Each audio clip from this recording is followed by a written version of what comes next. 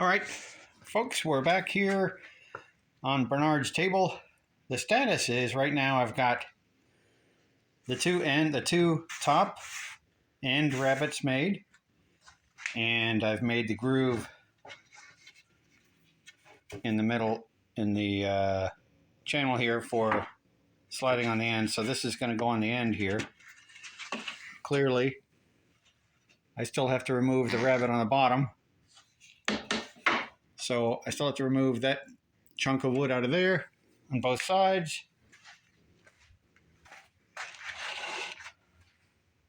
Same status there.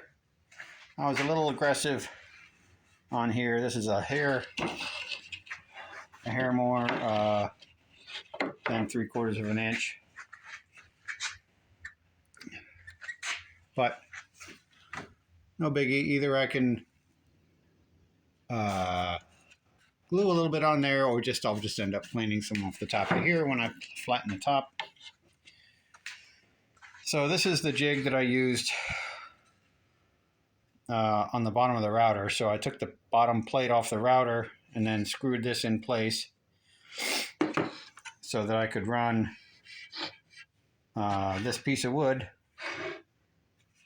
through this channel and then gradually press this down so the blade rose up slowly and just made repeated passes. And then the rabbet, this plane here was what I used to do the rabbets. I had to modify the iron here after sharpening it, of course, because the iron would not, I'm trying to get this off here. The iron would not move to the edge enough. So I had to remove some material from the bottom of that slot so that this blade could slide more over toward the corner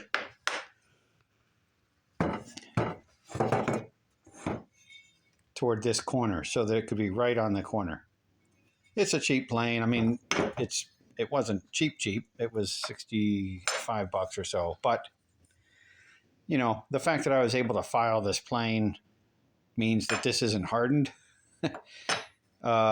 which means it's cheap, but it worked. And I made this fairly sharp with my diamond plate. So that's where I'm at. I'm going to have to, next step is to take out the bottom of the rabbet here, or this bottom rabbet on both sides to fit this. And then I've got some wackiness on how I'm going to secure this so that the table can still expand and contract within this channel. That'll be on step 3. Anyway, thanks. Bye. Hello, folks. Getting ready to cut this other rabbet here. This is the bottom of the table. I marked a line using the old pencil on top of the end of a square trick. And this line is not straight because this surface is not straight because these boards aren't flat. So the point of this guy right here is to go on here and to force some of these boards to be flatter. It's not going to make them perfectly flat, but it'll make them flatter and it will keep them in line. So I'm going to use my rabbet plane to cut down to this line, and then I have a section that I cut from here that I can use as a gauge to determine when I'm done. And when this guy goes all the way across, fitting relatively tightly, then I can hammer this guy in place and try it out. Now, I've been debating on how I'm going to secure this to the edge, seeing as how this is only 1/4 of an inch thick and it's only 3/4 of an inch deep. So just running a peg through it would be kind of weak because you have end grain here that would break out if there was any force pulling this away, which there would be in the winter when this shrinks and the end of this piece is sticking out a little bit. So I'm still thinking about how to do that, and we'll cover that later.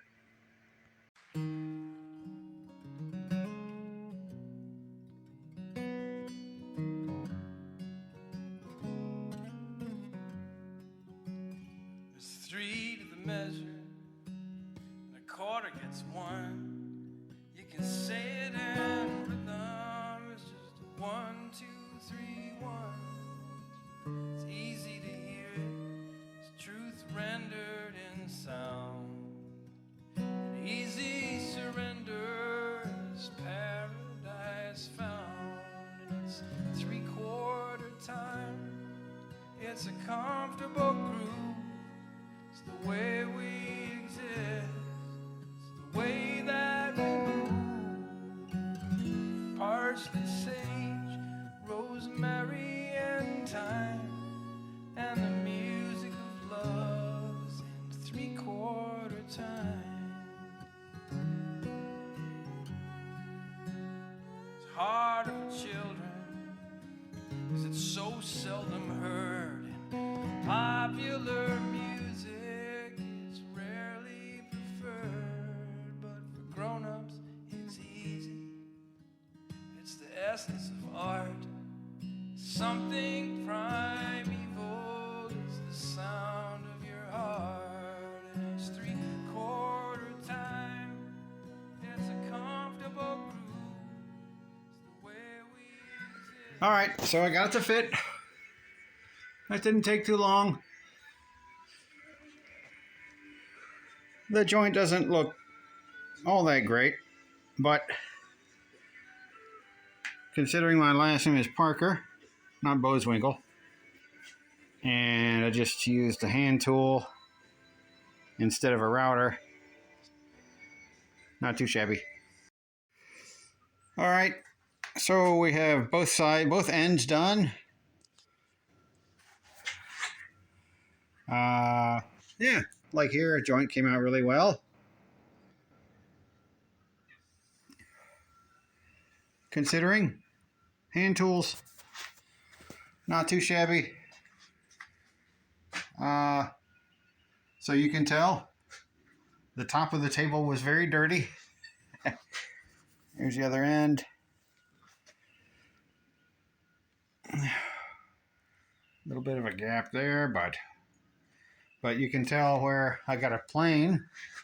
This is a little high here. This is a little high here. But this will flatten out really nicely. I think I might end up redoing this. If my planing doesn't get down pretty close to this, I might just grout it out and put in another patch. We'll see. But table's getting there. Hi folks. So I think I have a solution for the spline going into the tongue. I don't know what you call it. I should find the right name, but I haven't. Anyway, so I went to Home Death Trap and I found a blade. All right, so at Death Trap I found this in the Dremel section, this blade here, and I filed the hole just a little bit to get this screw. So this will serve as my spindle to hold the blade fairly balanced and reliably. And what's nice about this kerf is that it'll fit a tongue depressor. And I figure this is a really rough surface here. It's almost like it's a metal cutting blade, but so if I need to, I can actually run this against a file. Of course, it'll probably ruin the file, but it'll make the kerf a little tighter so that it'll fit the tongue depressor tighter. So if I need to, I can make this a little smaller, a little less of a thinner kerf. But the idea being that this would just go into my drill chuck like this. The challenge being, okay, how do I hold the drill chuck so that it's vertical and stable as I move it across the surface of the table to run this into that edge so I can put a spline in there. Well, so I came up with a little design here for a jig that rides on the top of this table. So this red here represents the table. This is a base plate, and then there's two vertical pieces that will clamp the side of the drill. And if we put this guy like this,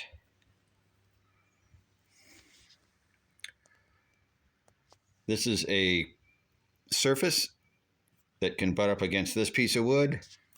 We've got 2 points here. This guy and this guy can butt up against this piece of wood. And then the blade is held such that it can ride down the middle of the tabletop as this slides back and forth, in and out. So this triangular piece, this part forms one side, and then there's a smaller side here so that I have access to the trigger. And then there'll be lag bolts that go through this hole and this hole to clamp the two together to clamp the drill. So basically there will be 1, 2, 3, 4, 5, 6, 7 contact points within this plywood box. These are 2 45-degree diagonal wedges that will keep this part vertical with this part, and then this surface will slide along the table. So that's the idea. Now it's time to build it.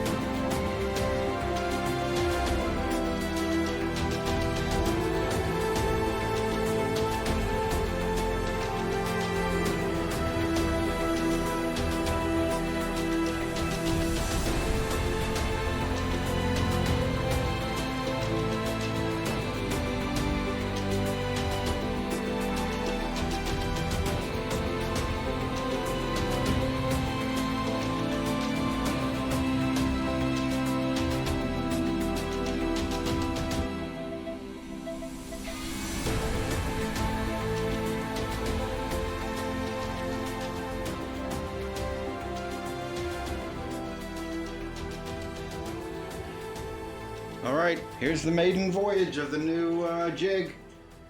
Let's see how it works.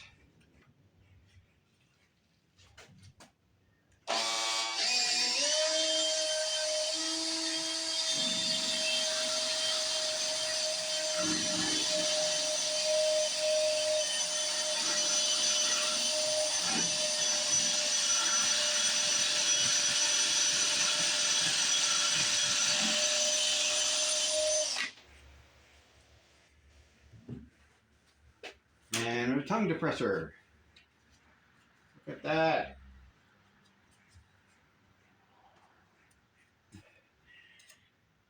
Not too shabby. All right, so that is the deal so far. So this actually looks like it worked pretty darn well. It's got limited usage, but it seems to provide a pretty stable surface. Anyway, we'll see how it goes.